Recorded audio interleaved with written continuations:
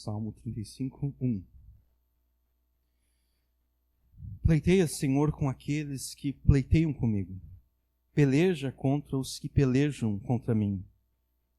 Pega do escudo e da rodela e levanta-te em minha ajuda. Tira da lança e obstrui o caminho aos que me perseguem. Dize a minha alma, eu sou a tua salvação. Sejam confundidos e envergonhados os que buscam a minha vida. Voltem atrás e envergonhem-se os que contra mim tentam o mal. Sejam como a moinha perante o vento. O anjo do Senhor os faça fugir. Seja o seu caminho tenebroso e escorregadio, e o anjo do Senhor os persiga. Porque sem causa encobriram de mim a rede na cova, a qual sem razão cavaram para a minha alma. Sobrevinha-lhe destruição sem o saber, e prenda-o a rede que ocultou. Caia ele nessa mesma destruição. E a minha alma se alegrará no Senhor, e alegrar-se-á na sua salvação. Todos os meus ossos dirão, Senhor, quem é como tu que livras o pobre daquele que é mais forte do que ele? Sim, o pobre e o necessitado daquele que rouba. Amém. Até aqui a palavra de Deus. Desde o fiasco de 2014, eu não consigo me interessar pela seleção brasileira. Não consigo me importar com a seleção brasileira. No ano passado, eu até tentei assistir as partidas da Copa. Mas, sinceramente, não tinha nenhuma paixão no meu coração. Quando a seleção foi desclassificada, sinceramente, para mim, foi como se nada tivesse acontecido. Eu não me importei nem um pouquinho. E apesar disso, apesar da minha indiferença, o prestígio que é participar de uma Copa do Mundo permanece o mesmo, né? Parece que a FIFA não se importa com a minha indiferença. Eles não estão nem aí para mim. Eles não estão nem aí para a minha indiferença. O prestígio de participar de uma Copa do Mundo permanece. Todos querem jogar uma Copa do Mundo. O sonho de qualquer jogador é um dia poder jogar uma Copa do Mundo defendendo o seu país. Pelo menos esse deveria ser o sonho, né?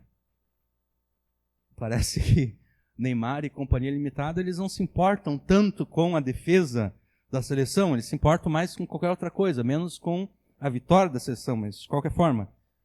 O sonho de todo jogador é jogar uma Copa do Mundo, mas nem todo jogador pode, de fato, jogar uma Copa do Mundo. De todos os jogadores de futebol que existem no mundo inteiro, e pensa só, são um monte, né? A gente tem a Série A, mas tem a Série B, Série C, Série D. Todos esses caras, quando eles eram crianças, eles tinham um sonho de jogar a Copa do Mundo. Os caras que não conseguem sair da Série D, esses sabem que nunca vão conseguir. Os caras que estão na Série B, eles ainda pensam, bom, de repente eu consigo, né? De repente eu consigo ir para um time da Série A, e daí de repente eu vou me destacar, e o professor, o técnico da seleção vai me convocar, né? Mas isso é difícil de acontecer. São poucos que conseguem ser convocados para jogar uma Copa do Mundo. E, na verdade, nem todas as seleções conseguem jogar uma Copa do Mundo, né? São poucas. Existem as eliminatórias. Apenas as seleções que se qualificaram para a Copa do Mundo é que, de fato, jogarão esse campeonato tão prestigiado. Do mesmo modo que um time, que uma seleção deve se qualificar para jogar uma Copa do Mundo, a igreja, ela deve estar qualificada para recorrer às orações e aos salmos imprecatórios. Na última pregação que nós fizemos, na semana passada, nós partimos do Salmo 35 e fizemos uma espécie de estudo bíblico. Nós argumentamos a favor do uso dos salmos imprecatórios. E nós aproveitamos, inclusive, usamos aquela imagem lançada por aquele pastor há 2 ou 3 semanas atrás agora, de orarmos para que Deus quebre a mandíbula do Lula. Né? Esse pastor tirou essa oração dos salmos imprecatórios. Os salmos imprecatórios falam disso, não esse salmo aqui 35 especificadamente, mas há outros salmos em que o salmista pede para que Deus quebre os dentes dos seus inimigos na boca deles. Ou seja, o salmista está pedindo para que Deus dê um soco, né? Na mandíbula dos seus inimigos. Nós argumentamos a favor do uso desses salmos. Os salmos imprecatórios são exatamente aqueles nos quais é pedido que Deus exerça a sua justiça neste mundo. E é comum que nesses salmos ocorra palavras e expressões de maldição, onde o salmista pede que Deus faça o mal contra os seus inimigos. Por exemplo, que Deus quebre a mandíbula dos seus inimigos, que Deus quebre o dente dos seus inimigos, ou os dentes dos seus inimigos. Nós demonstramos na última pregação que não há nada na nova aliança que impeça que a igreja faça uso desses salmos, quando a necessidade se apresenta. Então, hoje nós não vamos nos importar em demonstrar e argumentar aquilo que já foi argumentado e demonstrado na semana passada. Hoje nós vamos partir do fundamento estabelecido na semana passada. Nós vamos assumir que é responsabilidade e privilégio da igreja apresentar salmos e orações imprecatórios a Deus. Nós vamos partir desse ponto estabelecido na semana passada. Então, se você perdeu a última pregação, ou se você não se recorda de como nós argumentamos, ou se você quer entender em quais situações os salmos imprecatórios são justificados no seu uso, eu insisto que você escute a pregação na semana passada. Foi uma pregação longa, eu reconheço, foi uma pregação longa, se eu não me engano, passou das 2 horas a pregação. Mas foi necessário, porque afinal de contas é um tema polêmico, né? É um tema polêmico. Como nós podemos orar pedindo de Deus o mal, quando o Novo Testamento diz que nós não devemos amaldiçoar e sim abençoar? Mas eu não vou me preocupar em provar isso agora. Eu provei na semana passada. Então hoje, se você precisa de alguma prova, você tem que rever a pregação da semana passada. Nós vamos aqui partir do princípio de que é uma responsabilidade da igreja e, na verdade, um privilégio da igreja apresentar a Deus orações imprecatórias quando elas se fazem necessárias. Na verdade, para não deixar a pregação da semana passada mais longa do que já foi, eu tive que cortar uma boa parte daquilo que eu havia preparado. E, de repente, numa próxima oportunidade, eu posso expandir aquilo que foi dito na semana passada, eu posso falar aquilo que não foi falado. Mas tendo sido bem-sucedidos na pregação passada em provar que as orações e os salmos imprecatórios estão incluídos no arsenal que a igreja tem a seu dispor, na pregação de hoje nós queremos avançar, nós queremos tratar das qualificações que a igreja e os crentes devem ter para que eles possam recorrer a esse tipo de oração, para que eles possam recorrer às orações imprecatórias. O Salmo 35, ele apresenta 3 qualificações para que a igreja esteja apta a recorrer às orações imprecatórias. Na pregação de hoje nós veremos apenas a primeira dessas qualificações, é por isso que a gente deu até o versículo 10. Agora, por que a gente precisa estar qualificado para orar a Deus dessa forma? Por que nós precisamos estar qualificados? Onde é que foi esse barulho? Ah, tá. Tomara que eles não desenhem isso, mas tudo bem. A gente já passou o dia inteiro praticamente sem energia. Mas vamos lá, vamos continuar.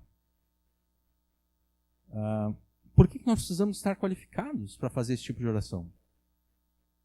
Por que a igreja precisa estar qualificada para fazer esse tipo de oração? Bom, a igreja precisa estar qualificada exatamente porque as orações e os salmos imprecatórios são o armamento mais pesado que Deus disponibiliza para a igreja. A igreja possui armas espirituais à sua disposição na guerra espiritual na qual ela trava neste mundo. Paulo fala disso lá em 2 Coríntios. Ele fala das armas espirituais. As armas que nós usamos na milícia espiritual, na guerra espiritual, não são armas carnais, não são as mesmas armas que os exércitos humanos usam. Não são as mesmas armas que os líderes políticos usam. As armas que nós usamos são armas espirituais. E as orações e os salmos imprecatórios são o armamento mais pesado que Deus nos deu. Agora, no treinamento militar, você não começa pelo armamento mais pesado, né? Você começa pelo armamento mais básico, pelo armamento mais simples. E à medida em que você vai avançando no treinamento, você vai se qualificando para usar aquele armamento mais pesado, aquele armamento mais sofisticado.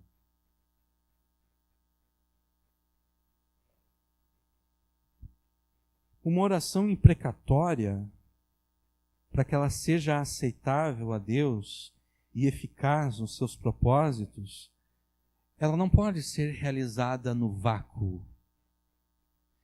Pode ser proferida sem que determinadas qualificações tenham sido alcançadas pela pessoa que faz a imprecação, pela pessoa que ora de forma imprecatória. Da mesma forma que eu não chego no treinamento militar e eu já pego um lançador de mísseis e penso que esse vai ser o primeiro armamento que eu vou usar. Não. Eu não vou começar o meu treinamento por um lançador de mísseis. Não. Vou começar por um armamento bem mais básico, bem mais simples.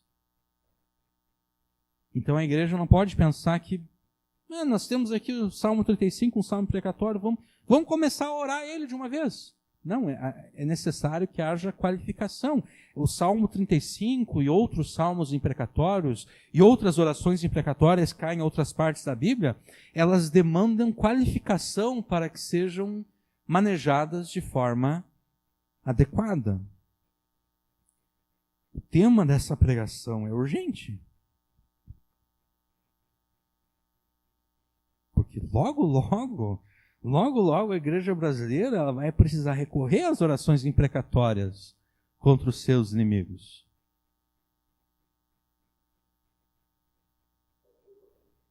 Essa semana, um pastor começou a ser investigado por uma pregação que ele fez.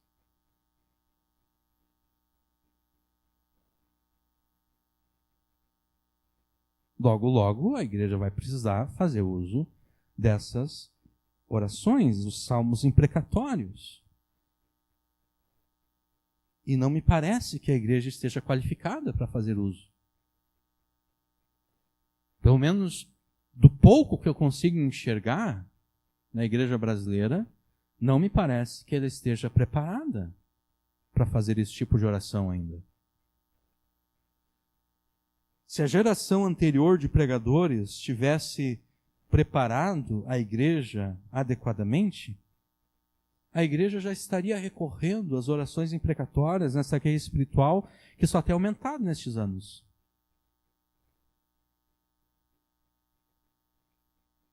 Ela já estaria recorrendo.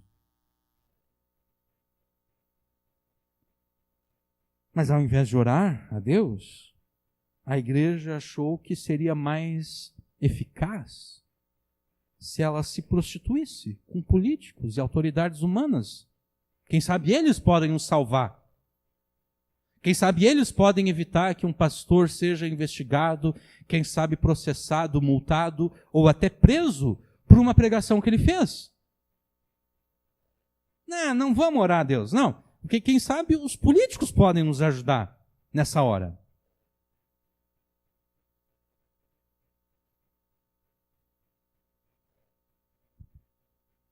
A igreja mostra-se completamente desqualificada para usar as orações dos salmos imprecatórios. Por quê? Porque a primeira qualificação que nós enxergamos aqui nos versículos de 1 a 10 do Salmo 35 é exatamente confiar somente no Deus guerreiro. Confiar somente no Deus que faz guerra.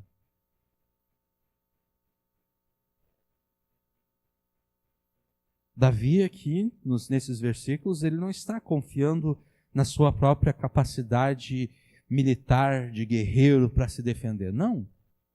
Ele não está confiando em outros que poderiam vir em seu auxílio. Ele não está tentando fazer alianças com os inimigos dos seus inimigos, né? Porque o inimigo do meu inimigo acaba sendo meu amigo, pelo menos momentaneamente. Mas não é isso que Davi faz aqui. Nesses versículos, nesses primeiros 10 versículos, Davi demonstra que ele confia unicamente no Deus guerreiro. Ele confia unicamente no Deus que faz guerra. A igreja pensou que um mero homem salvaria do sofrimento e da perseguição.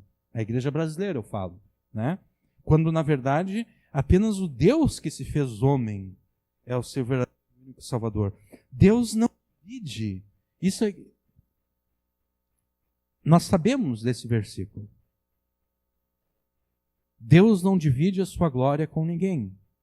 Deus diz: eu não divido a minha glória com ninguém. Deus não divide com ninguém a sua glória. Por isso mesmo, ou Ele é o Salvador do seu povo em todos os aspectos e circunstâncias, ou então Ele não é nada para o seu povo. Deus não aceita ser um salvador parcial. Deus não aceita ser um salvador em apenas algumas áreas, mas outras áreas não.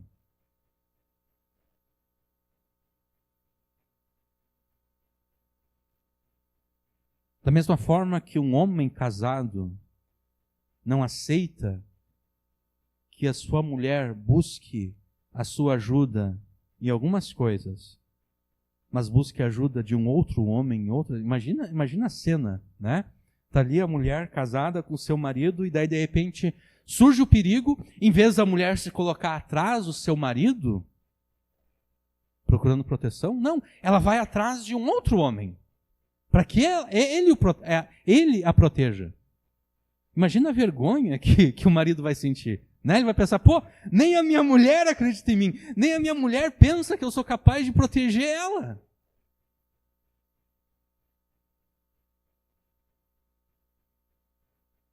Quando Deus, na sua palavra, diz que Ele é zeloso pelo seu povo, Ele tem ciúmes do seu povo, é nesse sentido. Da mesma forma que um homem ficaria extremamente ciumento se a sua mulher procurasse proteção de outro homem e não dele, assim também Deus fica. Então, ou Deus é o Salvador do seu povo em todos os aspectos e em todas as circunstâncias, ou então Deus não é nada para o seu povo, porque Deus não divide a sua glória com ninguém. E se Deus não é nada seu povo, significa que aqueles que se dizem ser o seu povo dele de fato não são. Confie somente no Deus guerreiro e Ele te alegrará com a sua salvação. Esta é a primeira das 3 qualificações que o Salmo 35 apresenta, para estarmos aptos a recorrer às orações imprecatórias. Assim como a seleção precisa qualificar-se para a próxima Copa, você precisa qualificar-se para ter como recorrer às orações imprecatórias na defesa da tua família e da igreja.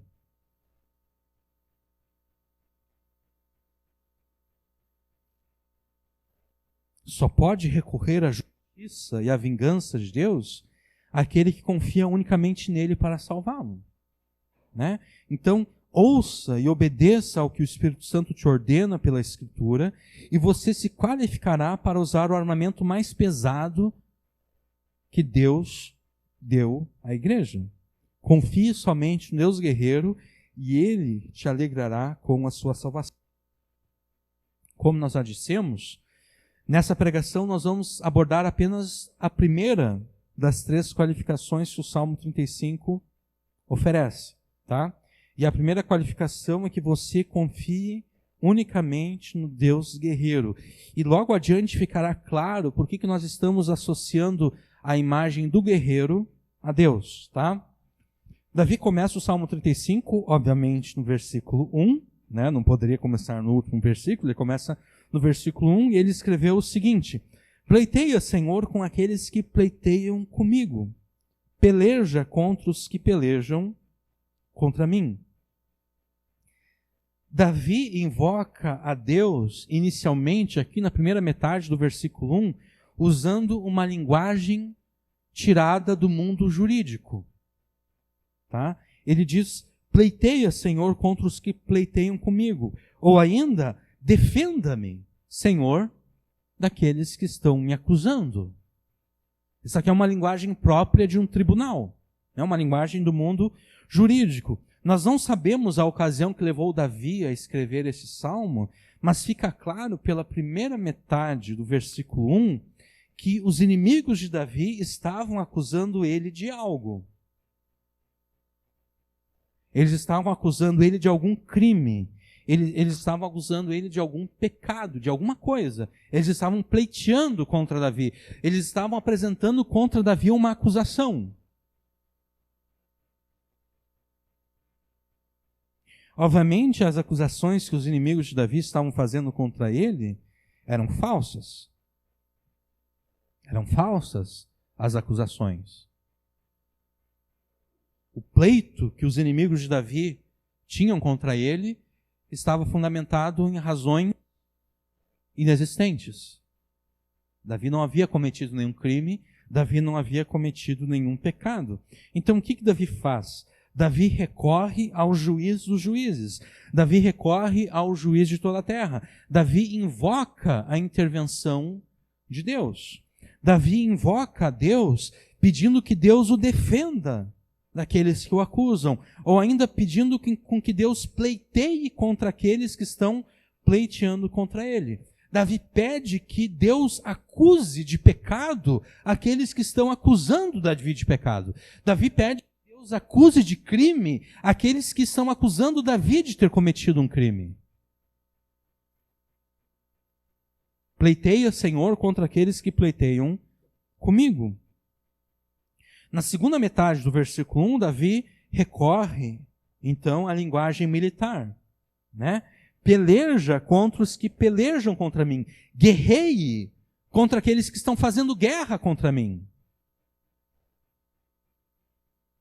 Ele começa com a linguagem jurídica e agora ele vai para a linguagem do mundo militar. A acusação que os inimigos de Davi lançavam contra ele não era porque eles eram zelosos da santidade de Deus, ou da justiça de Deus. Não é porque eles estavam preocupados, olha, Davi cometeu um crime, Davi cometeu um pecado. A santidade de Deus está sendo ofendida por Davi. A justiça de Deus está sendo ofendida por Davi e a gente tem que fazer alguma coisa. Não era essa a razão. Eles não tinham um zelo pela santidade de Deus, eles não tinham um zelo pela justiça de Deus. Eles não estavam preocupados que Davi de fato pudesse ter cometido algum pecado ou algum crime. Não era essa a preocupação deles. Aqueles homens, inimigos de Davi, eles estavam abusando do sistema judicial de Israel. Eles estavam abusando da lei de Deus. Algo que normalmente acontece quando há perseguição contra os filhos de Deus. Quem persegue os filhos de Deus sempre vai abusar do sistema judiciário, sempre vai abusar das leis para, pela violação das leis, punir aqueles que não violaram a lei.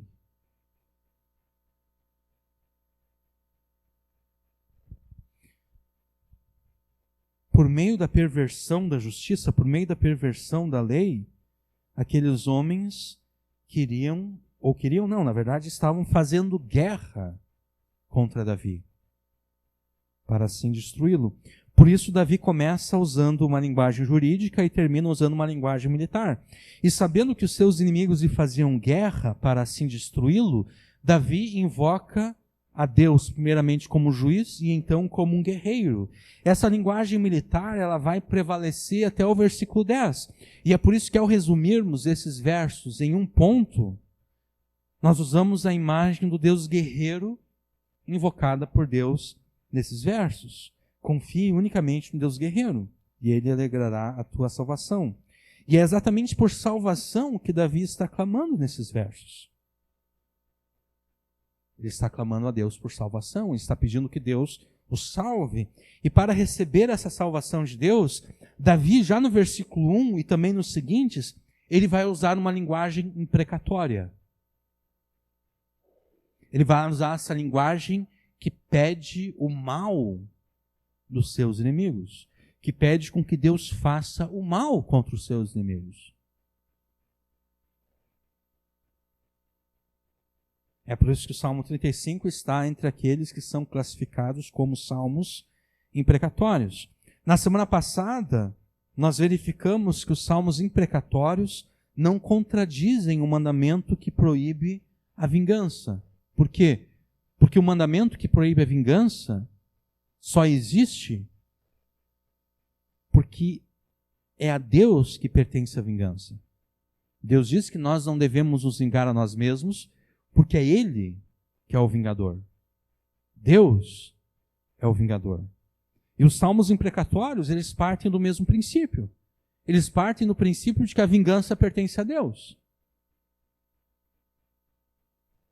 E nada mais apropriado para requerer de Deus a sua santa e justa vingança contra os seus inimigos do que invocá-lo na qualidade de um guerreiro. E Davi não está inovando aqui ao associar a imagem do guerreiro a Deus. Porque, na verdade, as escrituras anteriores ao período de Davi já fizeram isso. Em Êxodo 15:3 está escrito que o Senhor é homem de guerra. Em 1 Samuel está escrito também que a guerra é do Senhor. E também há um título muito comum que o Antigo Testamento atribui a Deus, chamando Deus de o Senhor dos Exércitos. O príncipe da paz é um Deus de guerra, o que nos parece controverso, né, e contraditório. Mas, na verdade, o príncipe da paz é um Deus de guerra.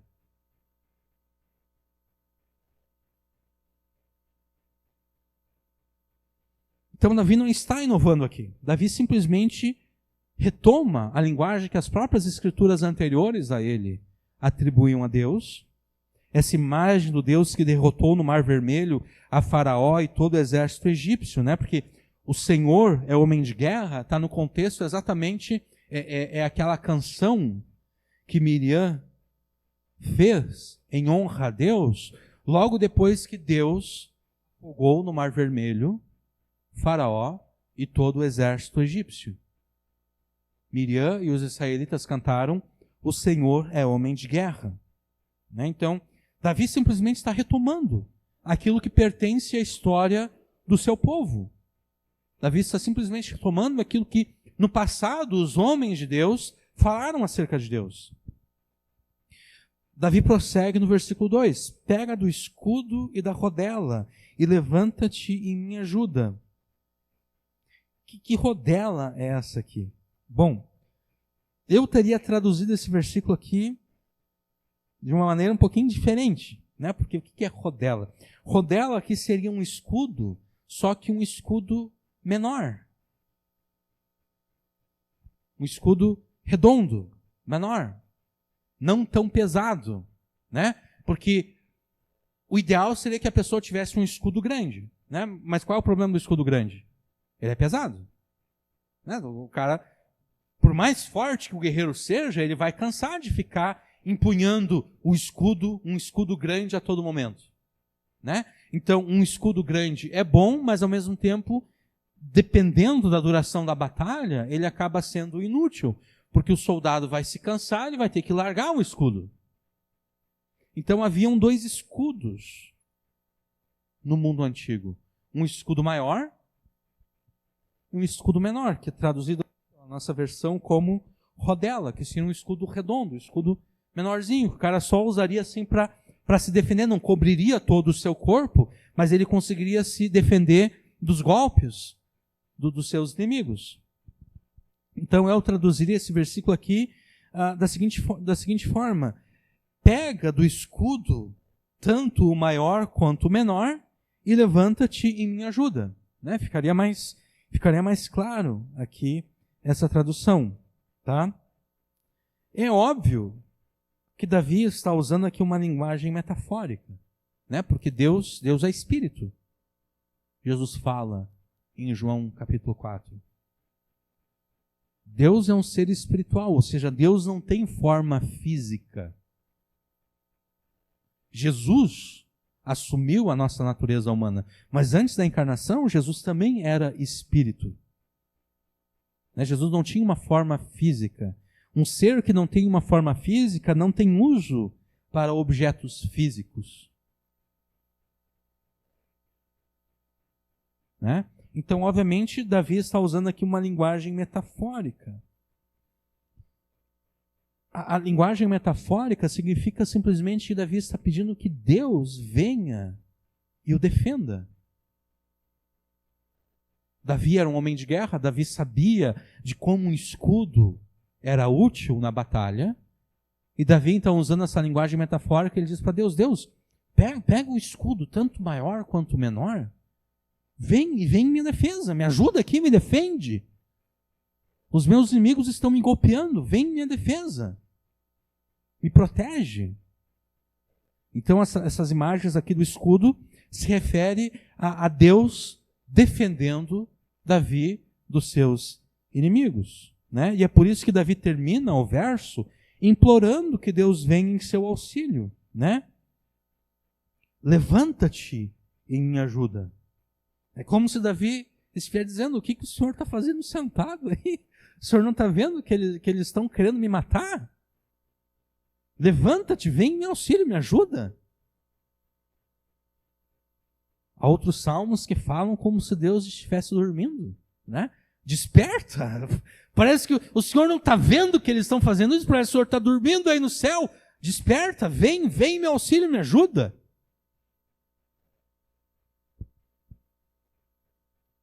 Tendo pedido já que Deus o defenda contra os ataques dos seus inimigos, agora Davi pede no versículo 3 que Deus ataque aqueles que estão atacando ele. Versículo 3: tira da lança e obstrui aos que me perseguem. Eu quero que o Senhor diga à minha alma, eu quero que o Senhor diga para mim o seguinte: eu sou a tua salvação. Eu quero ouvir do Senhor isso. Eu quero que o Senhor diga: eu sou a tua salvação. No que diz respeito aos salmos imprecatórios, implorar para que Deus socorra e proteja o seu povo não causa nenhum tipo de controvérsia. Só está pedindo que Deus o proteja. As controvérsias começam exatamente a partir desse verso aqui. Porque aqui Davi não está simplesmente pedindo que Deus o defenda. Aqui Davi está pedindo que Deus ataque aqueles que o estão atacando. Davi não está pedindo que Deus apenas use armas de defesa. Davi está pedindo que Deus use armas de ataque. E a nossa tradução aqui, infelizmente, ela não transmite plenamente essa ideia. Mas, na verdade, no versículo 3, nós temos 2 armas de ataque. No versículo 3 aqui nós temos duas armas de ataque. A nossa versão não deixa isso claro, mas eu vou explicar aqui para vocês por que ela não deixa isso claro. Em outras oportunidades, eu já expliquei para vocês que o hebraico ele é complicado exatamente porque quando Davi escreveu este salmo aqui, Davi ele só escreveu as consoantes das palavras. Davi não escrevia as vogais porque não existiam as letras vocálicas. Né? Por exemplo, no nosso alfabeto nós temos A, E, I, O, U como as vogais. Né? E todas as demais são consoantes. No hebraico original, na época de Davi, e mesmo na época de Jesus, não havia sinais vocálicos. Havia apenas as consoantes. O que significa que às vezes é um tanto quanto difícil saber qual é a palavra que de fato está ali. Né? Imagine se no português nós escrevêssemos apenas com as consoantes. E eu colocasse diante de vocês a palavra CS. Né? A letra C e a letra S. Que palavra eu estou escrevendo ali? Poderia ser casa, se eu colocasse depois o C um A e depois o S um A. Poderia ser caso, se depois do S eu colocasse o O. Né? E provavelmente existem outras possibilidades. Então, quando o teólogo, quando o exegeta está lendo o texto bíblico, ele tem que decidir, tá bom, quais vogais vão ali? Qual palavra é ali? Na verdade, os sinais vocálicos, eles foram inseridos no texto bíblico muito tempo depois da época de Jesus. Mais ou menos ali pelo século X da nossa era. Os massoretas, por isso que o texto hebraico é chamado de texto massorético, né? Os massoretas, eles criaram sinais vocálicos que eles colocavam ou acima ou abaixo das letras. Exatamente, as palavras não ficaram maiores, elas continuaram do mesmo tamanho, as consoantes continuaram do mesmo tamanho, eles simplesmente acrescentaram sinais ou em cima ou embaixo, cada sinal representando um tipo de vogal. Os massoretas, eles colocaram aqui vogais de tal forma que nós temos aqui no versículo 3 o seguinte: tira da lança, né? E daí eles colocaram vogais de tal forma que a palavra se transforma num verbo e obstrui o caminho daqueles que me perseguem. Mas se eu trocar essas vogais por outras, eu consigo uma outra lança, uma outra arma que era usada na época, só que essa menor. Então eu particularmente creio que na verdade o versículo 3 aqui, ele se refere a duas armas de ataque. Uma lança maior e uma lança menor. O que na verdade cria um paralelismo com o versículo 2, né? Porque o versículo 2 nós temos dois escudos, um escudo maior e um escudo menor. E daí no versículo 3 nós temos duas lanças. Uma lança maior, essa lança maior ela era usada na luta corpo a corpo, né? Como se fosse uma espada na qual eu também poderia ferir o meu inimigo. E a lança menor, ela era usada no combate à distância. Eu poderia pegar ela e lançar contra o meu inimigo, e eu poderia atingir o meu inimigo a 5 metros de distância, por exemplo. Tá? Então, me parece que faz sentido entendermos o texto hebraico aqui como se referindo a essas duas lanças, uma maior e uma menor. E, obviamente, aqui Davi está usando também uma linguagem metafórica. Da mesma forma que no versículo 2, Davi está pedindo que Deus venha em seu socorro, que Deus o defenda. No versículo 3, Davi está pedindo que Deus ataque os seus inimigos da mesma forma que eles o estão atacando. A salvação de Deus operada a favor do seu povo não se resume apenas à defesa do seu povo. A ação salvadora de Deus não é apenas uma ação defensora. Não é apenas Deus defendendo o seu povo. A ação salvadora de Deus a favor do seu povo se estende à derrota daqueles que querem destruir o povo de Deus. É por isso que, por meio do ataque divino contra os seus inimigos, Davi pede que o próprio Deus prove que ele, Deus, é a sua salvação. Davi terá a certeza de que Deus é o seu Salvador quando Deus atacar os seus inimigos. Davi está pedindo, pega as lanças, a maior e a menor, e ataque aqueles que estão me perseguindo. E quando o Senhor atacá-los, eu vou entender que o Senhor está dizendo a mim, eu sou a tua salvação, eu sou aquele que te salva.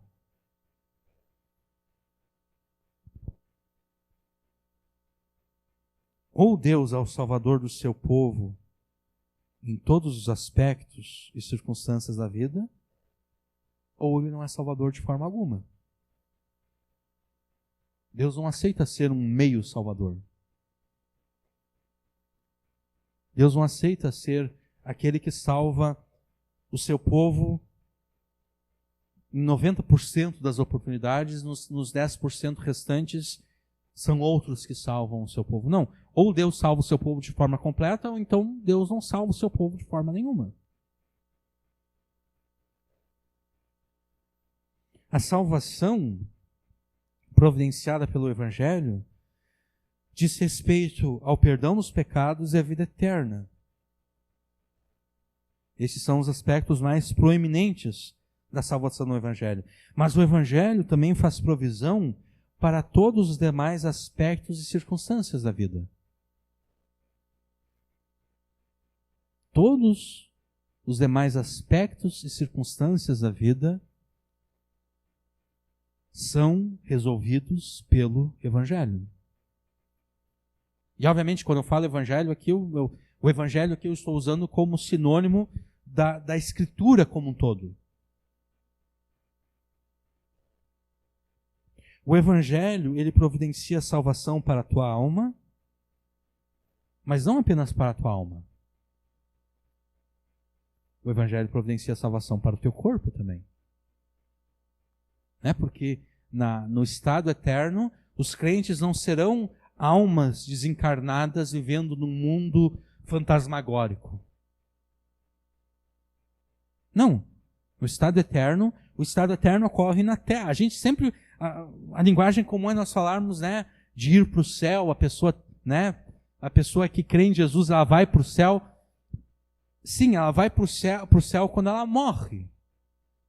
Mas, na verdade, o estado eterno, depois que Deus julgar os vivos e os mortos, onde é que os crentes vão habitar? Onde é que Deus vai habitar com o seu povo no estado eterno?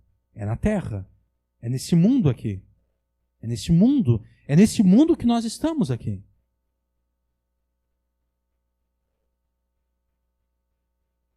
É por isso que o credo apostólico fala da necessidade de crer na ressurreição do corpo, na ressurreição da carne. É por isso que o capítulo... na verdade não é o maior capítulo. O maior capítulo acho que é Lucas capítulo 1.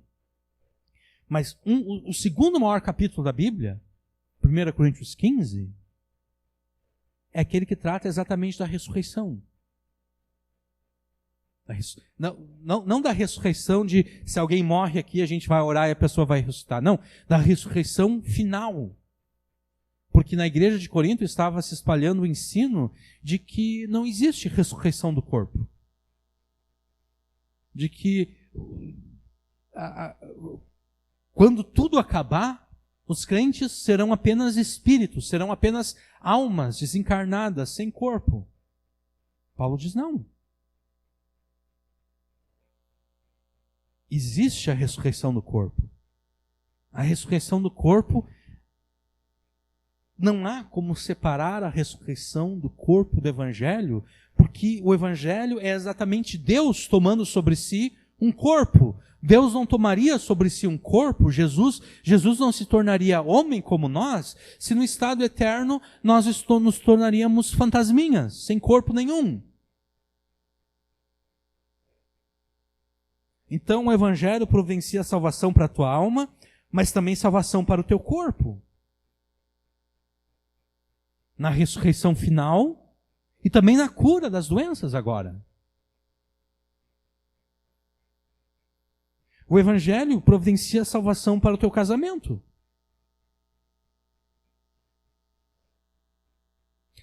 Não é difícil ter um casamento feliz. É só obedecer a Bíblia. A maioria dos crentes não tem casamentos felizes porque nenhum dos dois querem obedecer a Bíblia. Pelo menos não toda a Bíblia. A mulher quer obedecer partes da Bíblia, mas não, isso aqui eu não quero. O marido quer obedecer outras partes da Bíblia, mas outras ele não quer. Aí realmente não tem como ter um casamento feliz. Mas se os dois se disporem a obedecer tudo que a Bíblia ordena, o casamento deles vai ser extremamente feliz. Então o Evangelho providencia salvação para o teu casamento. Desde que você se arrependa dos erros, das falhas e dos pecados que você comete como mulher, que você comete como marido, o Evangelho providencia salvação para o teu casamento. O Evangelho providencia salvação para todos os teus relacionamentos. Eu estou brigado com meu pai, eu estou brigado com a minha mãe, eu estou brigado com meu irmão, com a minha irmã. Deus, através de Jesus, reconcilia não apenas o homem com Deus, mas reconcilia o homem com os seus semelhantes.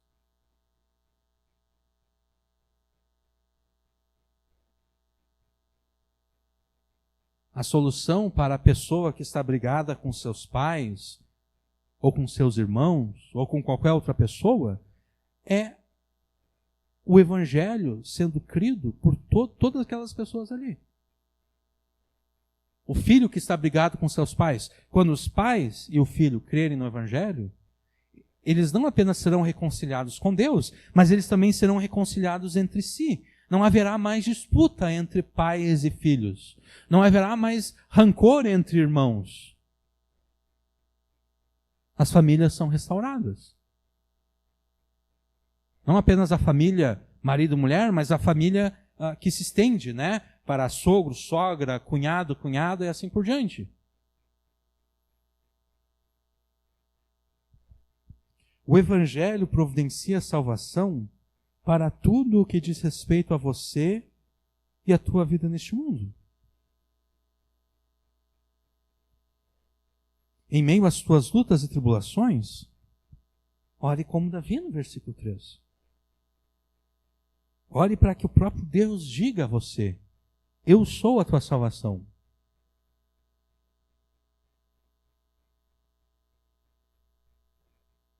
Diga para Deus: Senhor, eu preciso que o Senhor diga para mim que o Senhor é a minha salvação.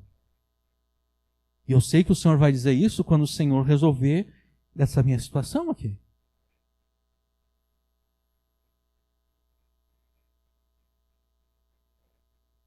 É provável que para você, em meio às suas lutas e tribulações, salvação não significa o mesmo que para Davi nesse salmo. Né? Para Davi nesse salmo aqui, salvação significa ele se ver livre dos seus inimigos. Talvez você não esteja sendo atacado por inimigos da mesma forma como Davi estava sendo atacado aqui. Mas não importa que para você salvação signifique outra coisa. Ore para que Deus seja a tua salvação. Peça para que Deus haja a teu favor, te abençoando naquilo que você tem necessidade de ser abençoado. No caso de Davi, a salvação do Deus guerreiro se manifestaria exatamente na derrota daqueles que estavam atacando. É por isso que Davi, no verso 2, pede que Deus o defenda, e no verso 3 pede que Deus ataque os seus inimigos. Versículo 4. Sejam confundidos e envergonhados os que buscam a minha vida.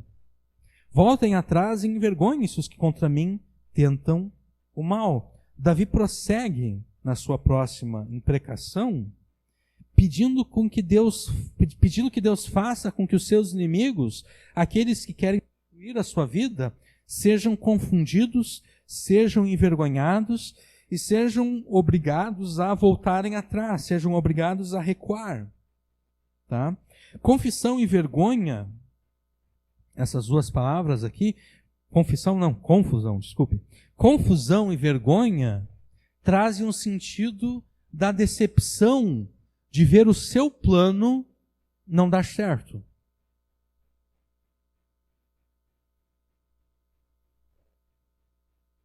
Nós temos exemplos de homens de Deus no Antigo Testamento orando a Deus dizendo que eles estão confusos, que eles estão envergonhados. Por quê? Porque aquilo que eles esperavam que acontecesse não aconteceu.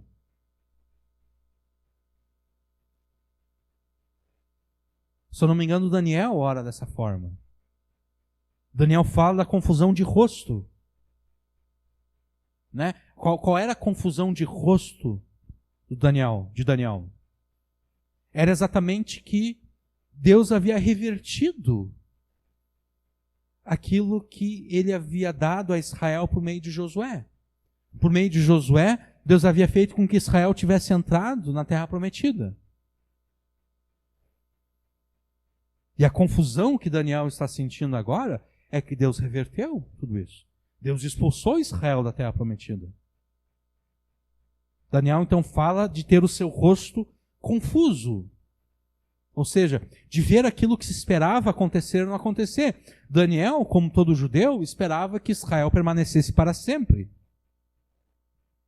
na terra de Canaã, na terra prometida.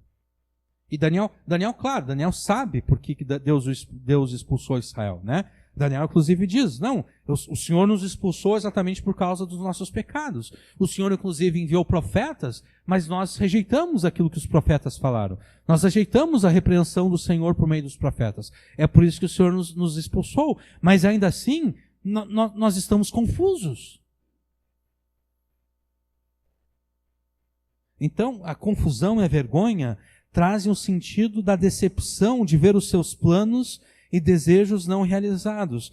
Quando Davi pede que os teus inimigos sejam confundidos e envergonhados, Davi está pedindo que Deus não permita que os planos e os desejos dos seus inimigos sejam realizados. O desejo dos inimigos de Davi era ver a destruição de Davi.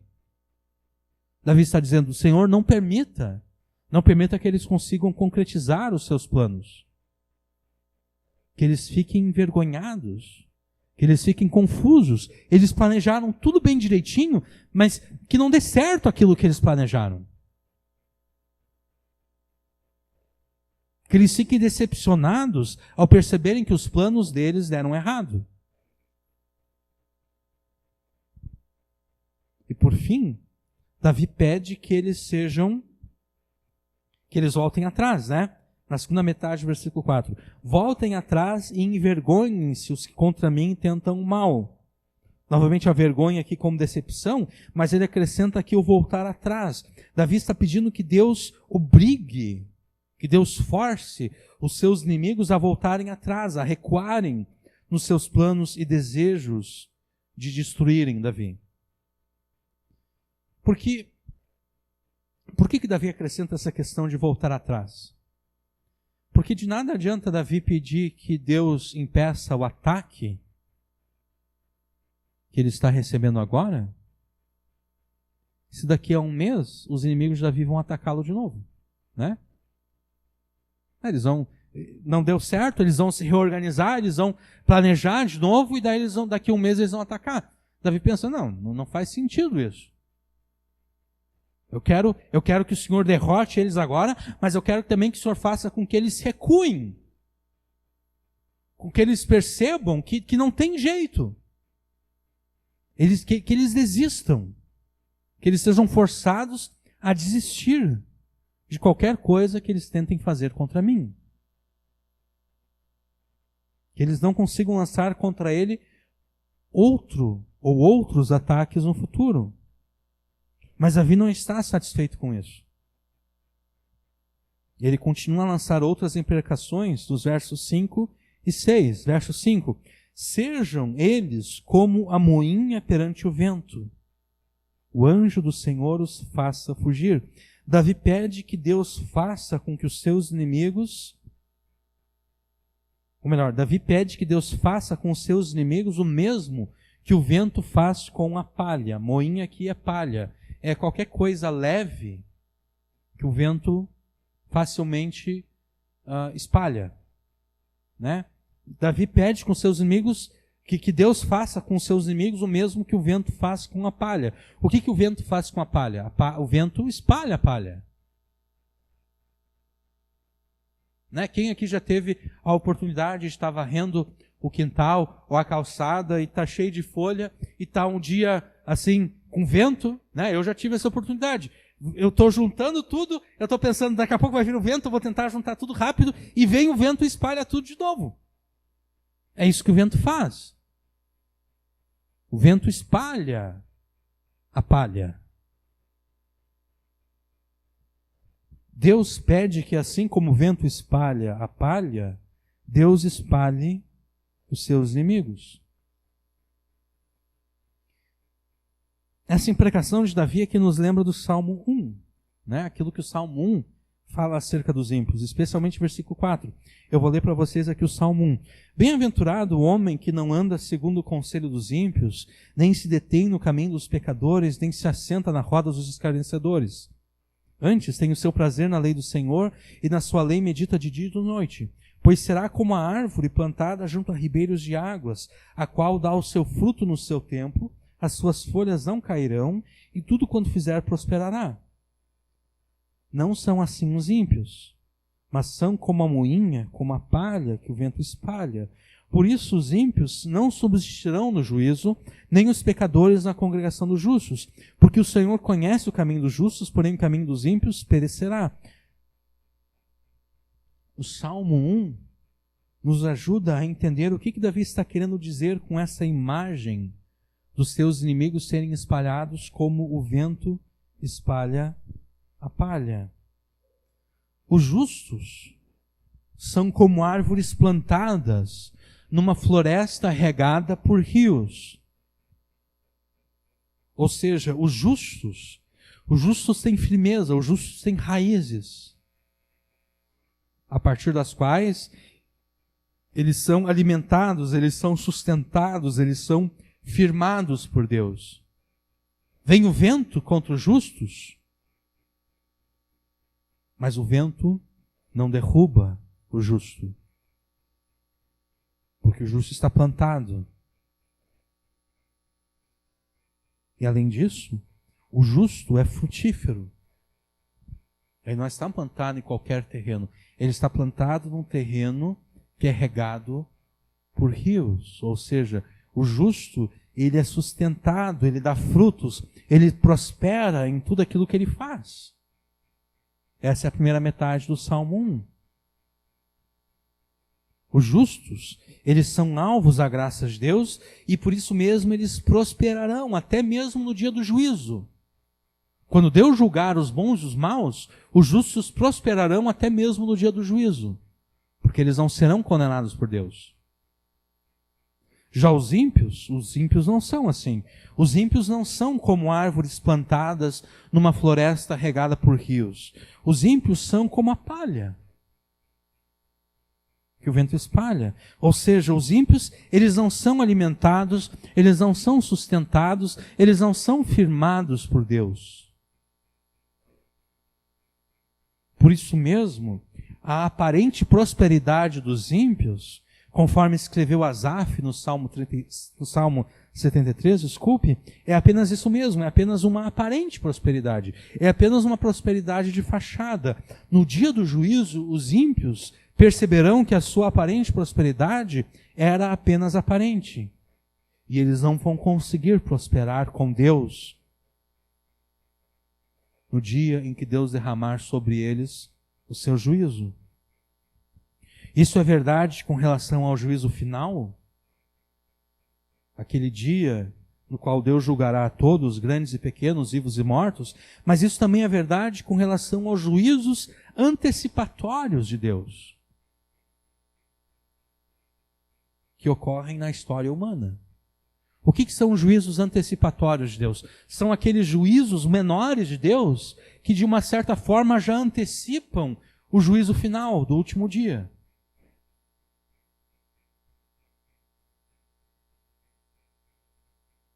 No Salmo 35, Davi tem em mente exatamente esses juízos antecipatórios de Deus, não o juízo final. Por que nós sabemos que Davi não tem em mente o juízo final? Exatamente porque Davi está pedindo que Deus o livre. Né? Se Davi estivesse pensando apenas no juízo final, Davi não seria necessariamente livre dos seus inimigos. Os seus inimigos continuariam ali atormentando ele, tentando destruí-lo, até que ele ou seus inimigos morressem. Não, Davi pede que Deus coloque um fim. Davi pede com que Deus venha e julgue os seus inimigos.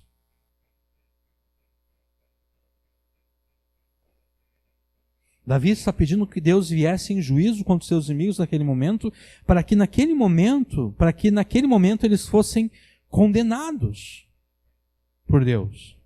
E Davi se visse livre deles. Isso fica ainda mais claro quando nós vemos a parte final do versículo 5. O anjo do Senhor os faça fugir.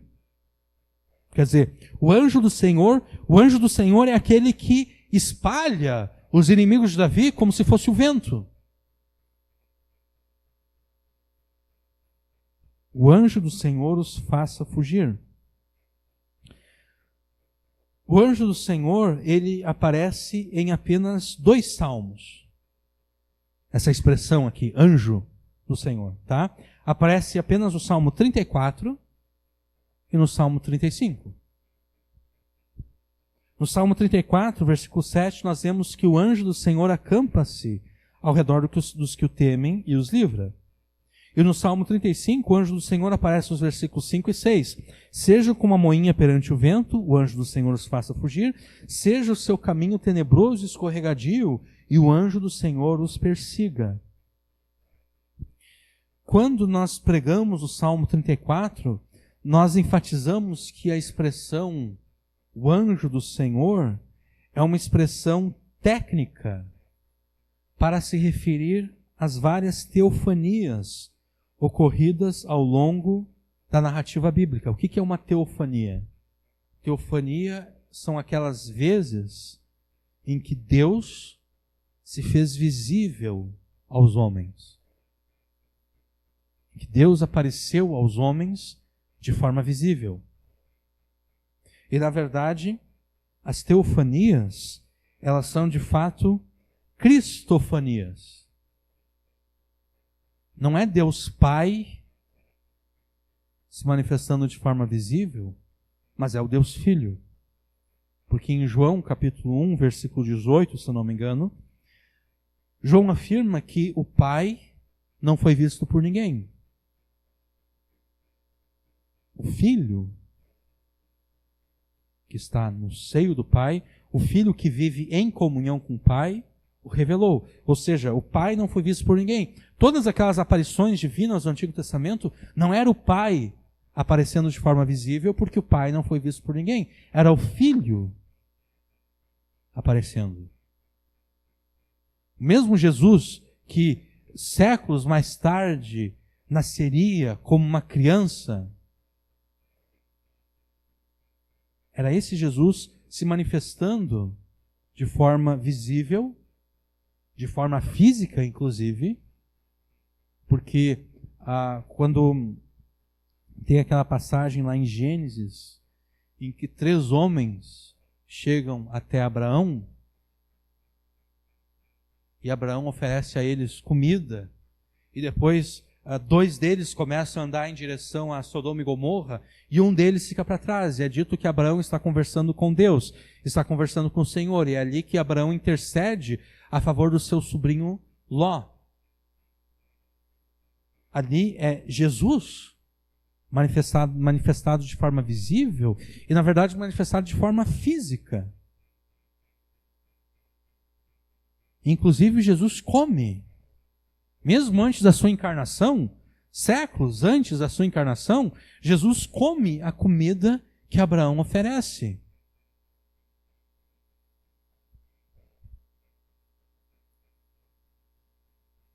Então, quando Davi pede, faça que Deus espalhe os seus inimigos como um vento espalha a palha, e ele completa que um anjo do Senhor os faça fugir, Davi estava se referindo ao Filho de Deus pré-encarnado. Davi estava se referindo, a gente não sabe qual o nível de consciência que Davi tinha de que o anjo do Senhor, embora fosse o próprio Senhor, também diferia do Senhor no sentido de que havia o Senhor que era pai e havia o Senhor que era filho. A gente não sabe o quão consciente Davi estava disso, mas ele aqui está se referindo à segunda pessoa da Trindade, ao Filho, ao Jesus, como Jesus era antes da sua encarnação, antes de ter recebido o nome Jesus. O mesmo pedido para que Deus julgue e condene os seus inimigos, no verso 5, ele é repetido com outras palavras no versículo 6. Inclusive com uma nova referência ao anjo do Senhor. Seja o seu caminho tenebroso e escorregadio. Né? Davi está pedindo para que Deus faça com que o caminho dos seus inimigos seja tenebroso, seja um caminho escorregadio, e o anjo do Senhor os persiga. Aqui caminho diz respeito ao curso da vida de uma pessoa. Davi pede que a vida dos seus inimigos seja transformada em um pesadelo. Na verdade, Davi está pedindo para que Jesus faça com que a vida dos seus inimigos se transforme num verdadeiro pesadelo. Mas poderia o anjo do Senhor, poderia o Filho de Deus pré-encarnado agir deste modo? Poderia o Jesus que é manso e suave, como diz aquele cântico antigo, manso e suave, Jesus convidando? Poderia o Jesus que é manso e suave tornar a vida de alguém um pesadelo?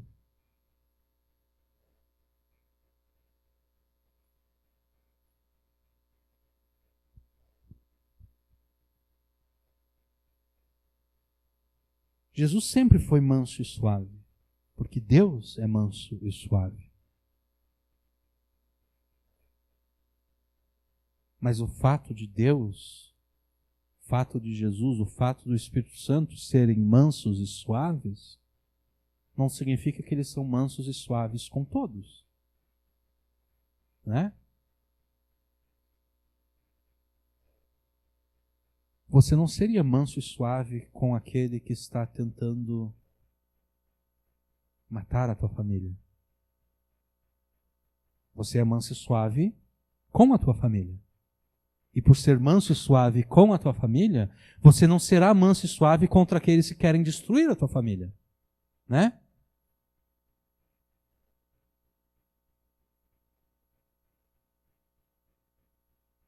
Eu já vi essa cena em filmes ou seriados. Entram os bandidos,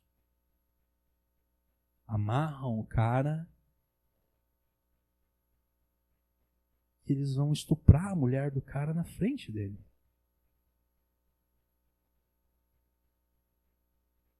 Você não pode ser manso e suave com aquele que quer estuprar a tua mulher. Né? Assim é Deus, assim é Jesus, assim é o Espírito Santo. Eles são mansos e suaves com o seu povo. Mas com relação àqueles que querem destruir o seu povo, eles não são mansos e suaves. Eles não podem ser mansos e suaves. Se eles são mansos e suaves com relação ao seu povo, eles não podem ser mansos e suaves com relação àqueles que querem destruir o seu povo.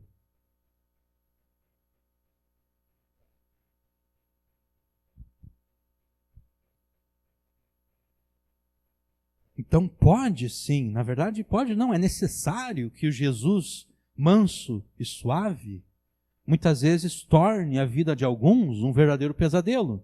Exatamente porque esses alguns querem destruir o seu povo. E é exatamente isso que Davi está pedindo aqui.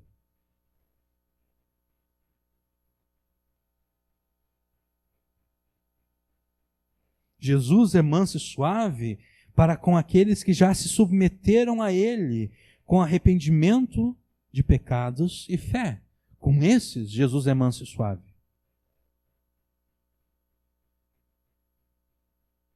Mas com relação àqueles que se recusam a se submeter a Ele, Ele é implacável. Ele é inflexível. É isso que o Salmo 2, por exemplo, afirma acerca de Jesus. A gente pode ir rapidinho lá para o Salmo 2?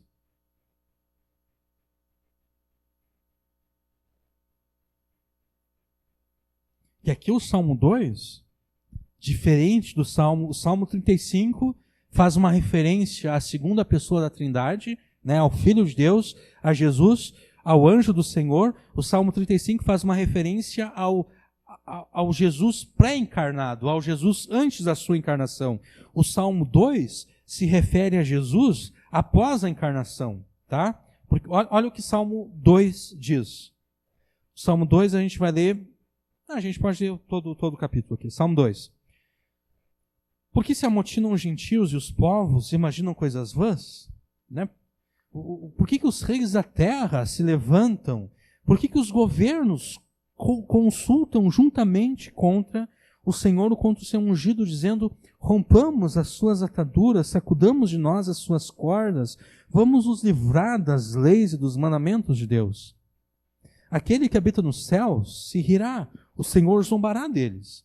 E então lhes falará na sua ira, desculpe, e no seu furor os turbará. Aqui é Deus falando, tá? Eu, porém, ungi o meu rei sobre o meu santo monte Sião. E agora, a partir do versículo 7, é o rei que foi ungido por Deus, o seu próprio filho, dizendo o conteúdo do decreto de Deus pelo qual Deus o proclamou rei. Proclamarei o decreto. O Senhor me disse: tu és meu filho, eu hoje te gerei. Pede-me, e eu te darei os gentios por herança e os fins da terra por tua possessão. Tu os esmigalharás como a vara de ferro, tu os despedaçarás como a um vaso de oleiro. Agora, pois, ó reis, sede prudentes, deixai-vos instruir juízes da terra. Servi ao Senhor com temor e alegrai-vos com tremor. Beijai o Filho. Isso aqui é a igreja chamando o mundo, chamando as nações e chamando os líderes das nações, né, ao arrependimento. Ó reis, sede prudentes, deixai-vos instruir juízes da terra. Servi ao Senhor com temor e alegrai-vos nele com tremor. Beijai o Filho para que se não ire e pereçais do caminho, quando em breve se acender a sua ira. Bem-aventurados todos aqueles que nele confiam. O Salmo 2 se refere a Jesus após a encarnação. Por quê? Porque o versículo 7, tu és meu filho, eu hoje te gerei, se cumpriu de forma tripla na vida de Jesus. A primeira vez que isso se cumpre na vida de Jesus é no batismo de Jesus, quando João Batista batiza Jesus. É dito lá que vem uma voz do céu que diz: este é o meu filho.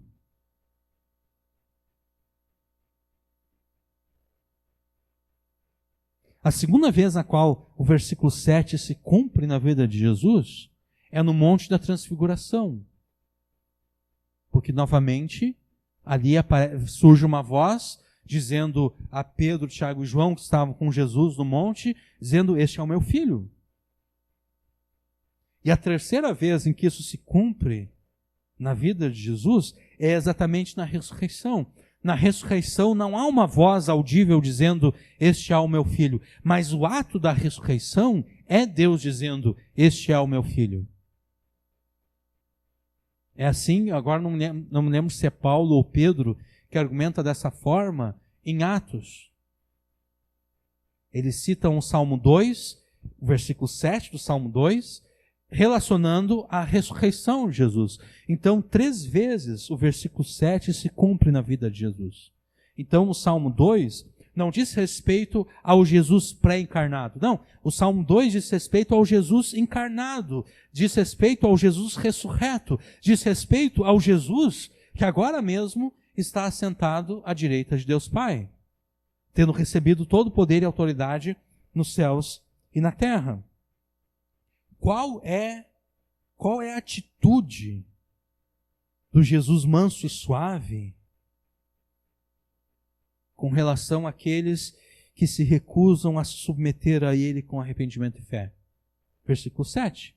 Proclamarei o decreto, isso aqui é Deus dizendo para Jesus, tá? O Senhor me disse, tu és meu filho, eu hoje te gerei. Deus dizendo para Jesus, pede-me e eu te darei os gentios, as nações por herança, os fins da terra por tua possessão. Deus dizendo para Jesus, tu vais esmigalhá-los como uma vara de ferro. Tu vais despedaçá-los como um vaso de oleiro. Essa é a atitude do Jesus manso e suave com relação àqueles que se recusam a obedecê-lo, com relação àqueles que se recusam a se arrepender dos seus pecados. Aqui está se referindo a nações, mas a indivíduos também. Tá? Porque, afinal de contas, as nações são formadas por indivíduos. Aqueles que se recusam a se arrepender são tratados por Jesus como um vaso de barro. Já viu aqueles vídeos no YouTube de gatos? Tem alguma coisa assim em cima da mesa, o gato está em cima da mesa, ele vai tocando assim com a patinha até que ele derruba no chão? Tem inclusive um vídeo já antigo agora, bem engraçado, o gato está assim, é um copo de vidro, se não me engano, ele está na beiradinha assim, e a mulher, dona do gato, assim, quase que no desespero assim diz, não, como quem diz, né? Não derruba. O gato olha para ela assim, derruba no chão. É assim que Deus age com aqueles que não se arrependem. Está o vaso de barro em cima da mesa e Jesus, a pessoa, a nação se recusa a arrepender. Jesus pega e derruba no chão, quebra. Jesus pega uma vara de ferro e fica batendo em cima daquele vaso de barro, quebrando ele. E essa é a atitude do Jesus manso e suave. Para com aqueles que se recusam a se arrepender, para com aqueles que, além de recusarem-se a se arrepender, ainda perseguem o seu povo. A gente pode voltar para o Salmo 35.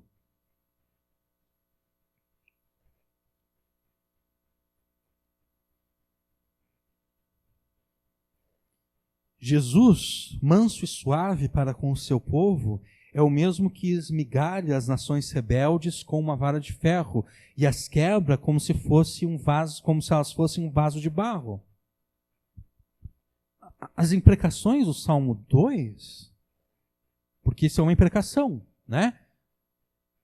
Dizendo que Jesus esmigalhará com uma vara de ferro, que ele vai quebrar como se fosse um vaso de barro, isso é uma imprecação. E essa imprecação é lançada pelo próprio Deus o Pai.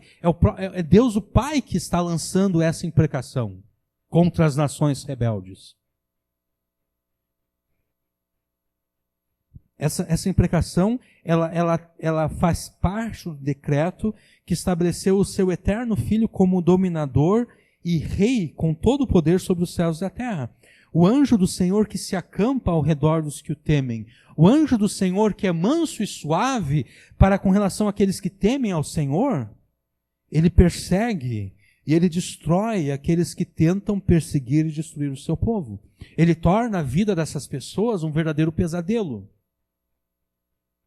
em resposta à oração do seu povo.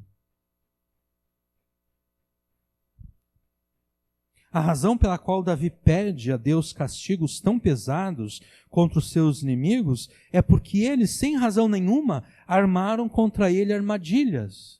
Versículo 7. Porque sem causa.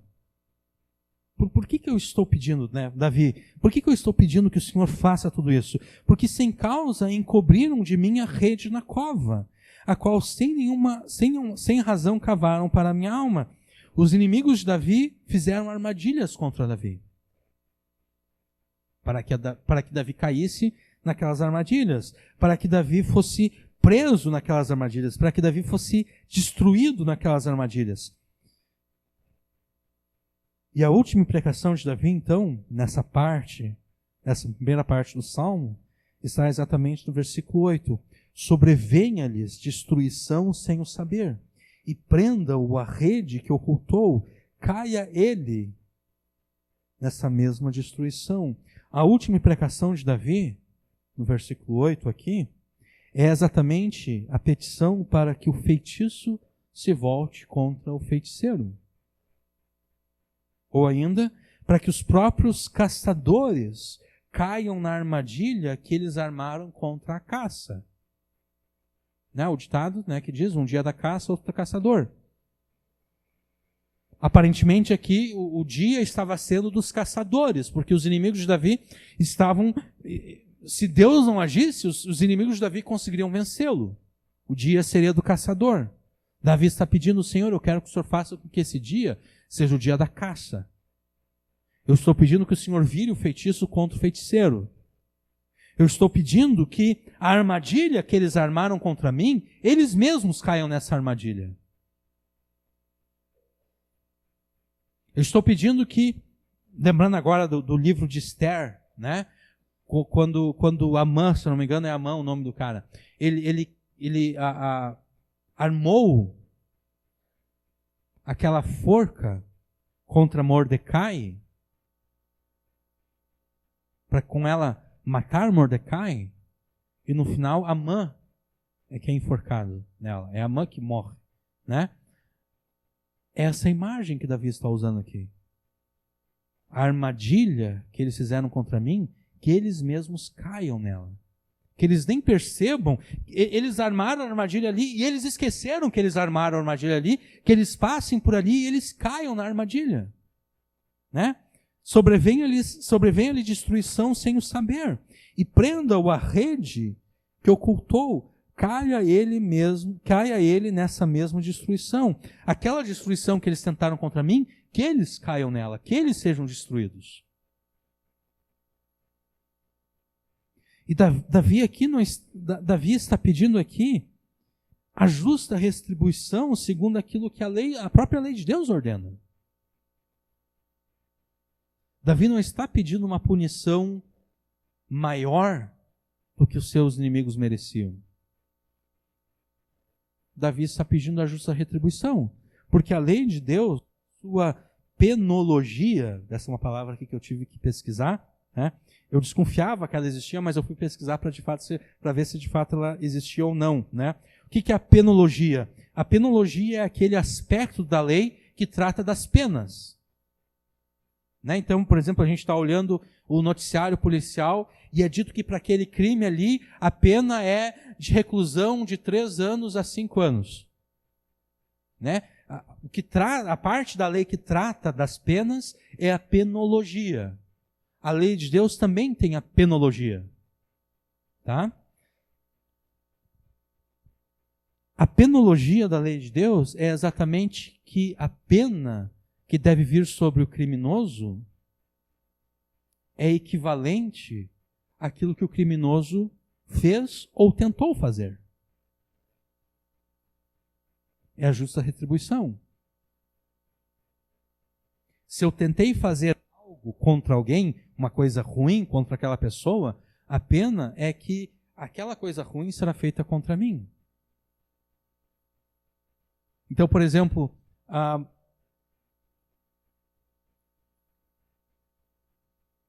se eu quero matar alguém, digamos que eu fosse um judeu que vivia lá em Israel, e eu queria matar alguém.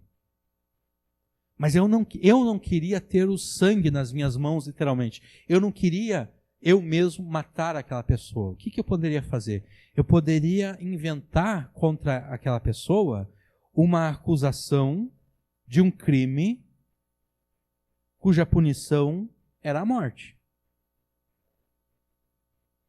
Eu poderia dizer, olha, eu ouvi o fulano de tal blasfemando contra Deus.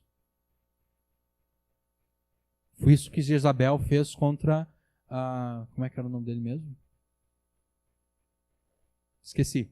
Mas o marido da Jezabel, o Acabe, ele queria a vinha que estava próxima do seu palácio. Ele ofereceu dinheiro para o cara não quis vender. E o Acabe ficou triste. A Jezabel diz, não te preocupe, eu vou conseguir essa vinha para ti. Ela chamou falsas testemunhas. Essas falsas testemunhas testemunharam falsamente, dizendo que aquele homem havia blasfemado contra Deus, blasfemado contra o rei, e a lei de Deus determinava que a blasfêmia contra Deus deveria ser punida com morte. Foi isso que eles fizeram. Eles testemunharam falsamente, ele blasfemou contra Deus, blasfemou contra o rei, mataram o cara e Acabe pôde tomar conta da vinha.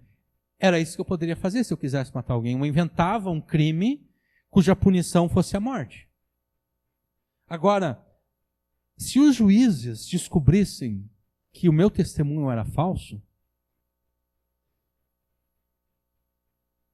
não ficaria simplesmente assim, não vamos fazer nada contra ele porque o João testemunhou falsamente. Não. A punição que eu receberia pelo meu testemunho falso seria a morte. Por quê? Porque se eu estivesse certo, ou se não tivesse sido averiguado, eu teria conseguido abusar das leis de Deus para matar aquela pessoa. Como foi descoberto a minha mentira, eu é que vou morrer. É a justa punição. Eu tentei matar alguém, eu vou receber a pena exatamente equivalente ao assassinato que eu tentei cometer. É isso que Davi está fazendo aqui. Davi simplesmente está pedindo a Deus justiça. Senhor, eles armaram armadilhas contra mim. Nada mais justo que o Senhor faça com que eles caiam na armadilha que eles mesmos armaram. É a justa punição. Davi não está pedindo algo além da conta. Davi não está exagerando. Davi não está indo além dos limites adequados, limites estabelecidos pelo próprio Deus na sua lei. Versículos 9 e 10. Quando Deus responder à oração de Davi, quando Deus responder às imprecações de Davi, a minha alma se alegrará no Senhor, alegrar-se-á na sua salvação. Todos os meus ossos dirão, Senhor, quem é como tu que livras o pobre daquele que é mais forte do que ele? Sim, o pobre e o necessitado daquele que o rouba. Quando Deus responder à oração de Davi e julgar os seus inimigos, segundo as imprecações que o próprio Davi fez, e Davi tem certeza absoluta de que Deus fará tudo aquilo que ele pede na sua oração, quando Deus derramar a sua vingança contra os seus inimigos, Davi vai gritar com alegria. A minha alma se alegrará, no hebraico aqui diz gritar com alegria. A alma de Davi gritaria com alegria em louvor ao Senhor e se deleitaria na salvação que Deus operou a seu favor. E o louvor que Deus prestará a Deus será o seguinte: quem é que poderia se comparar ao Senhor? Quem é que poderia se comparar ao Senhor? Porque somente o Senhor é que livra o pobre e o necessitado daquele que o rouba, exatamente por ser mais forte do que ele. Quem poderia se comparar ao Senhor? A igreja brasileira deveria aprender a louvar a Deus como Davi o faz nesse salmo.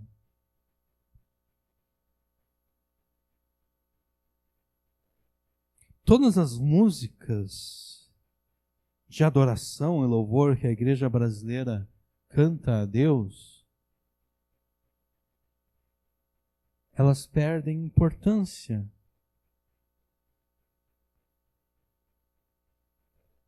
à medida em que a igreja brasileira busca a alegria da salvação de outro e não a alegria da salvação de Deus. A igreja brasileira deveria se contentar unicamente com a alegria que surge como louvor em resposta à salvação operada por Deus. No entanto, a igreja brasileira, e eu estou generalizando propositadamente, a igreja brasileira, ela resolveu contentar-se com a salvação que um mero homem lhe poderia trazer.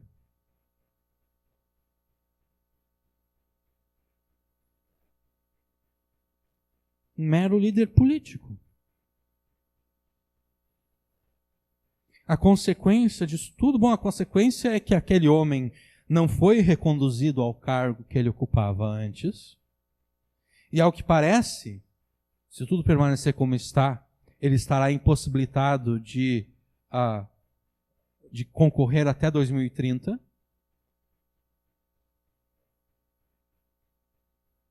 Essa é a consequência. Aquele que a igreja pensou que poderia salvá-la, Deus o tirou do jogo.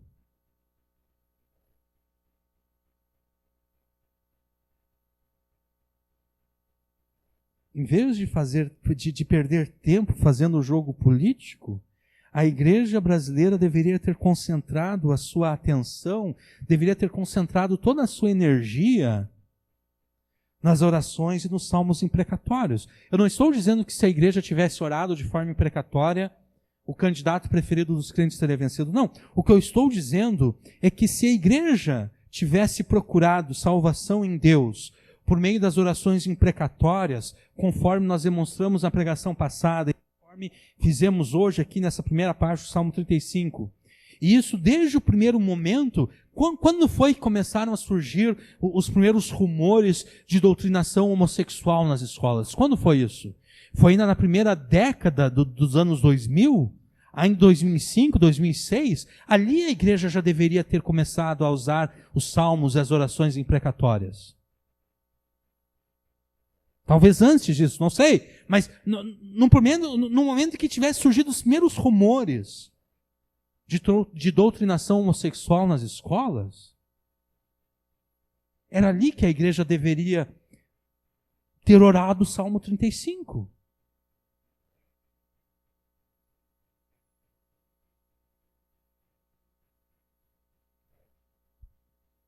Desde o momento em que se começou a cogitar que a pregação bíblica contra o homossexualismo e outras perversões sexuais seriam tratadas como crime de ódio, semelhantes ao racismo, porque na verdade é isso que aconteceu.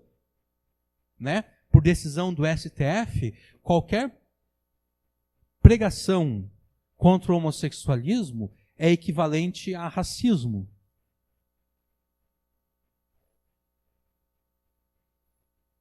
As duas coisas se tornaram equivalentes por decisão do STF. Desde o momento em que se começou a cogitar isso,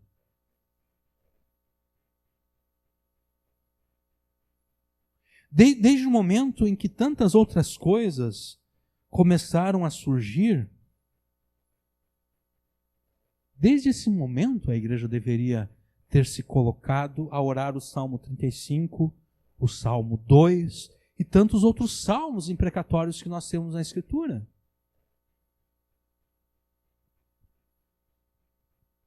Se a igreja tivesse feito isso, nós não estaríamos agora na situação em que estamos.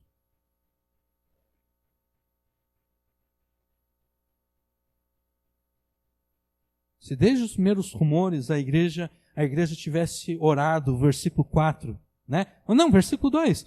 Pega do escudo e da rodela, levanta-te em nossa ajuda, tira da lança e obstrui o caminho dos que nos perseguem. Diz a nossa alma, eu sou a tua salvação. Sejam confundidos e envergonhados os que buscam a nossa vida. Voltem atrás e envergonhem-se os que contra nós tentam o mal. Sejam como a moinha perante o vento, o anjo do Senhor os faça fugir. Seja o seu caminho tenebroso e escorregadio, o anjo do Senhor os persiga. Sobrevenha-lhes destruição sem que saibam. Prenda-os à rede que ocultaram, caiam eles mesmos nessa mesma destruição. Se desde aquele tempo a igreja tivesse orado dessa forma, nós não estaríamos na situação em que estamos agora.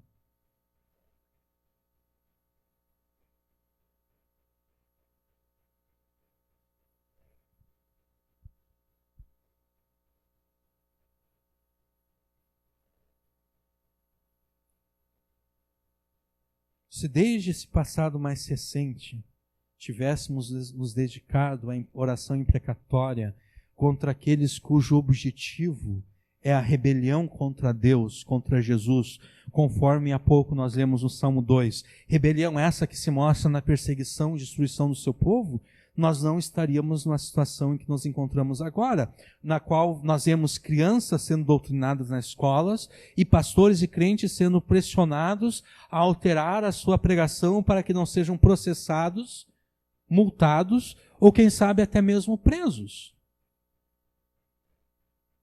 No entanto, a igreja brasileira preferiu não confiar no Senhor dos Exércitos.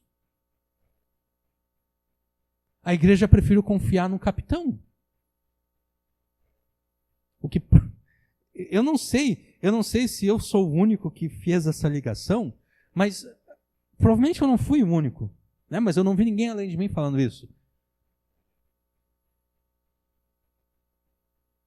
Não poderia...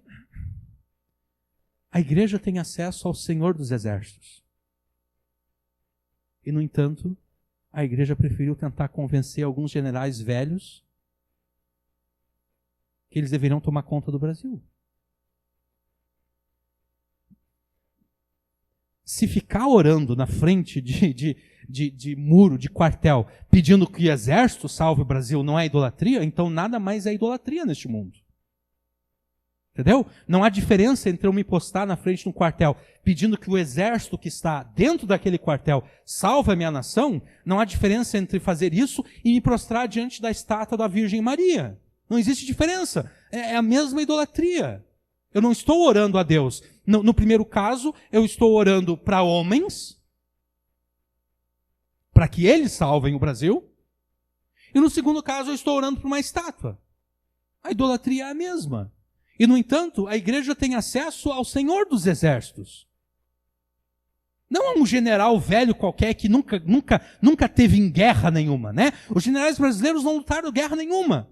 Os generais atuais. Qual foi a última guerra que o Brasil teve? Os pracinhas lá na Segunda Guerra Mundial. Essa foi a última guerra que o Brasil se meteu. Não. Jesus é um general experiente. Porque Jesus está guerreando todos os dias. A igreja resolveu pedir ajuda de um bando de general velho que nunca lutou em guerra nenhuma, em vez de pedir ajuda do Senhor dos Exércitos. Seria cômico se não fosse trágico. Eu fico rindo por dentro porque para mim isso é cômico.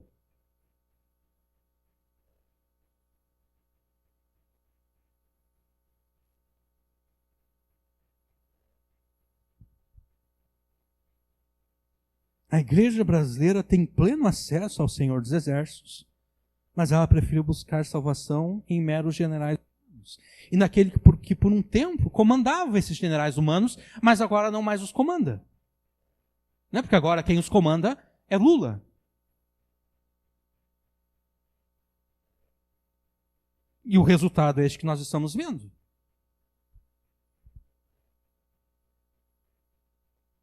Já passou da hora da igreja brasileira arrepender-se de ter confiado num capitão humano e não no Deus guerreiro.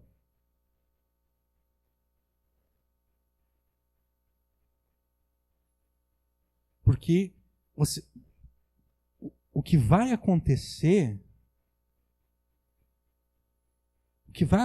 se a igreja não se arrepender de ter dado a glória de Deus a um homem?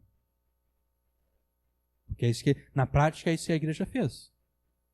Quando a igreja busca a salvação de homens e não de Deus, ela está roubando da glória de Deus e entregando essa glória ao homem ao qual está sendo buscada a salvação.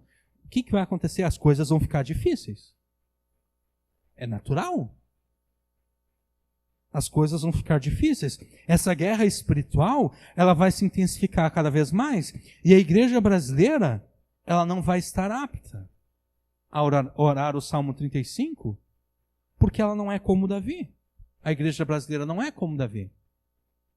Davi não estava buscando alianças com exércitos humanos para que esses exércitos humanos o libertassem dos seus inimigos. Não, Davi estava buscando a salvação que vem de Deus. Davi estava buscando ao Deus guerreiro, ao Deus que usa armas de defesa e armas de ataque. As coisas vão ficar difíceis, essa guerra espiritual ela vai aumentar, ela vai ficar cada vez mais intensa, e a igreja brasileira, enquanto não se arrepender, ela não estará apta. Enquanto ela não for como Davi, nesse salmo, que confiava unicamente no Deus guerreiro, ela não estará apta a orar como Davi orou.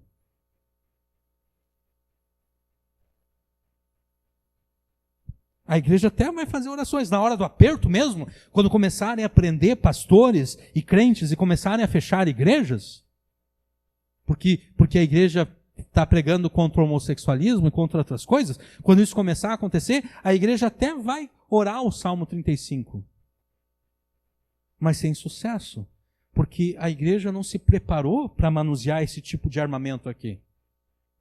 Aquilo que eu falei no início, a igreja precisa estar qualificada para usar esse tipo de armamento aqui.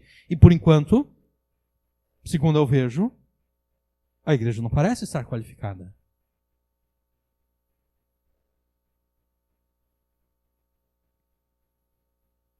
E então a igreja ela será forçada a se arrepender na marra, como se diz. Então, sim, claro, Deus vai vir em socorro. Quando a igreja vai se arrepender na marra e Deus vai vir em socorro, como Deus fazia com Israel. Né? A gente lê no livro de Juízes, né? Israel pecava contra Deus, Deus mandava juízo contra Israel, aí Israel se arrependia, e daí Deus vinha em socorro de Israel. Sim, Deus vai vir em socorro, mas não precisava ser assim.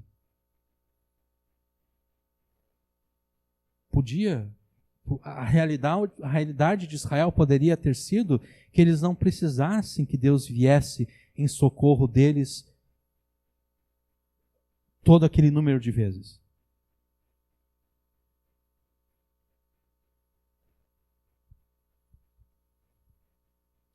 Todo o sofrimento que a igreja terá nos próximos anos poderia ter sido evitado, ou pelo menos poderia ter sido minimizado.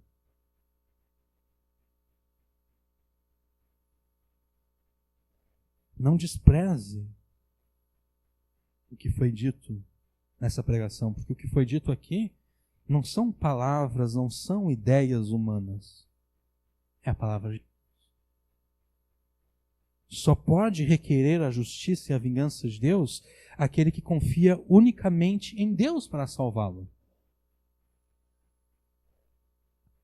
Ouça e obedeça ao que o Espírito Santo te ordena pela Escritura, e você se qualificará para usar o armamento mais pesado que Deus deixou à disposição da igreja.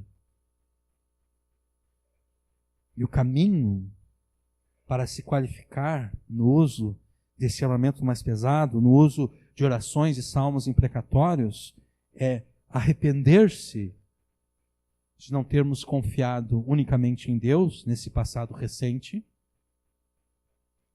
e então confiarmos somente no Deus guerreiro. Quando nós confiarmos somente, unicamente no Deus guerreiro, Deus nos alegrará com a sua salvação, da mesma forma que Deus alegrou Davi, os versículos 9 e 10, com a sua salvação. Confie somente no Deus guerreiro e Ele te alegrará com a sua salvação. Amém.